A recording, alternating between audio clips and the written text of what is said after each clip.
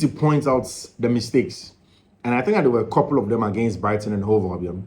But really, there was some very, very good moments. And for me, it's important and imperative that in the Chelsea project. So a lot of people ask me questions and they say, why are you so keen on the Chelsea project? See, let me be very honest with you. I don't see any team in the league that has as much future as Chelsea has. Maybe Arsenal. But in terms of squad building, with relative to age, and then what this new Chelsea owners want to do, I see a very, very big future. The only thing that I think isn't there yet is coaching.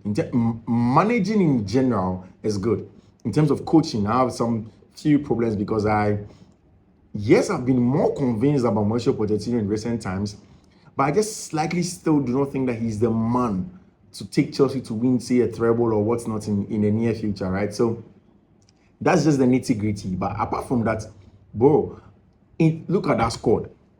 And again, yesterday I tweeted on Twitter that no team in the English Premier League has a better centre-back depth than Chelsea.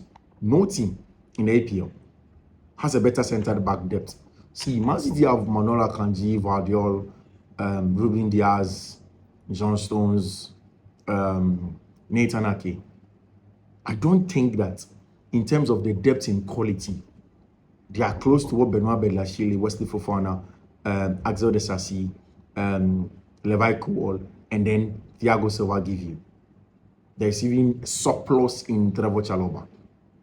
So trust me, I just think that the Chelsea project is in the right place. I'm even saying too much without even introducing. Yeah, my name is Fiifi-Manfred. This is Fiifi-Manfred on YouTube. I'm grateful, as always, to have you here. I'm very, very glad of your thoughts. Yesterday, I had a lot of messages about how the montage voice was a little louder. I'm working on it, trust me. And I'm grateful for you to be here. If you're not subscribed to the channel, if you're new, thank you for choosing that. Please do subscribe to the channel. I want to hear from you consistently. So do reach out. Let us hear your comments. What do you think about Chelsea's centre-back depth? Do you agree with me? And I want to hear from the non-Chelsea fans as well. Do you agree with me or not? Or you think that really that's also something that you agree with? But yeah, let us get straight into it.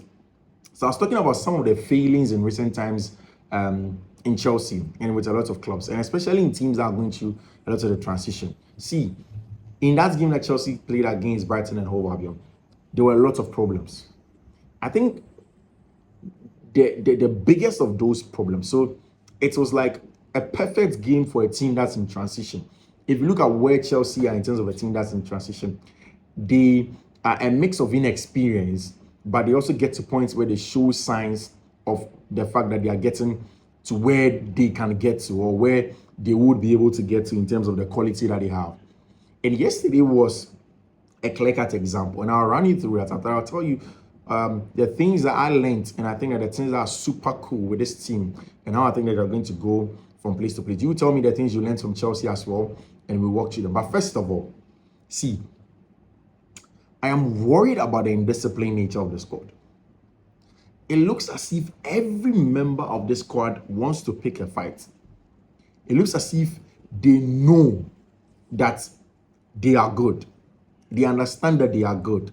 And when things are not clicking for them, instead of being calm, they allow the emotions to get the better of them. In the last game against West Ham United, Chelsea had a red card, and it was the captain of the day, Reece James, a Chelsea boy through and through, who understands the Chelsea culture. When Mauricio Pochettino was choosing Reece James, he puts him in there because one is an English boy. He can speak directly with the referees and whatnot and all of those stuff. Again, because he's someone that's level-headed. Reece James wasn't level-headed in the game against Newcastle. Yes, I had to cut him some slack. I don't remember the last time Reece had a red card. Yes, it was another game against Liverpool. That red card wasn't really a red card, and that Thomas took it away. I think he handled the ball or something. But in that game against Newcastle, where he had a red card, I was so not happy. I think he led the team now. And yesterday again, Conor Gallagher, who was the captain of the day, another Chelsea boy, another through and through, gets a red card. What is going on? Nicholas Jackson at some point in time in the game was flagged offside, still took on the goalkeeper and slotted the ball at the back of the net. At the end of the game, Levi Kowal, Robert Sanchez, everybody was in a spot. with Adam Lallana, with Pascal Gross at some. You see, that's an unpopular opinion, and a lot of people will not agree with me. I think that comes from sometimes as a manager, you translate how you handle emotions to your players. And it happened in Antonio Conte, where all of Antonio Conte's teams lack that emotional intelligence. They're always getting into fights. And I'm scared that maybe this may be something that Mauricio Pochettino has. But he manages it better compared to Antonio Conte. And that's just one of the things. The discipline record is not good enough. Marco Correa was out because he had accumulated yellow cards. Rhys James had a red card, he could not play. Raheem Sterling was taken off because there was a possibility of he getting a yellow card, and if he did, he wouldn't have been eligible to play against Manchester United. Enzo Fernandez has accumulated yellow cards. He's not going to play against Manchester United. In the whole of the City team, it is only Rodri, because he's their DM. So it's a little bit worrying, and I think that's the only negative side of yesterday's game, where the disciplined part of Chelsea and they being their own bane and they ending up causing issues for themselves, maybe would have creeped up and would have spoken about something else. But here are the blissful things that I learned in that Chelsea game against Brighton and Hove Albion. I'll walk you through it. First of all, build up. The build up was exquisite. I have never, in recent times, seen a Chelsea team build up that brilliantly. And you see, in build up, two things are the most important: timing, and then the shapes. So important. The times and shapes in build up are the most important. It is the reason. So when teams open up with the two center backs splitting up and then the keeper being in between the two, it's not just because they want to do that. It is because of the shapes that they want to form. So if two teams are pressing with a front three, then they are confused either to press narrowly or to press wide, and then they have always the purpose of progression in the right way is always find a spare man. But since Mauricio Pochettino came, I think I need to give him that credit. Nobody has been able. He has done a yeoman's job in Chelsea's build-up. It has gone notches and more in terms of build-up. It has been brilliant. And yesterday, there were moments where my heart was in my mouth and I was worried about how risky it was. Enzo Fernandez, Caicedo deserve a lot of credit. So you see, this is why I tell a lot of people, you don't have to get into banter discussing goals and assists with Enzo Fernandez. It's a waste of time. The job he does with Moise Caicedo in build-up is equal to scoring goals.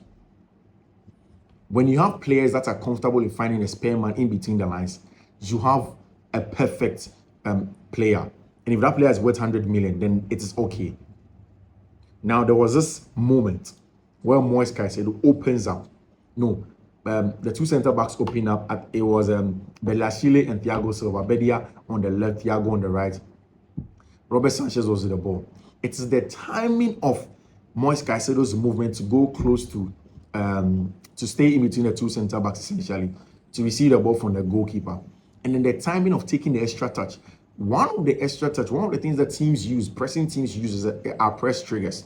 And press triggers are very important because it is what is like a switch for you to start your press. So a lot of teams have different press triggers. Some teams will say when the ball goes wide, when somebody takes a heavy touch, when the ball goes to the left center back, maybe they've targeted him. These are some of the things that most teams do look at.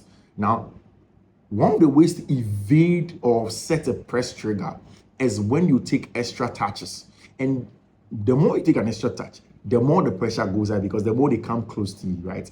But the best way to deal with it is when you take an extra touch, but still have the ball under control. It's usually very risky when you're watching it, but you're able to play through it. And that's exactly what Chelsea did with Moise Caicedo.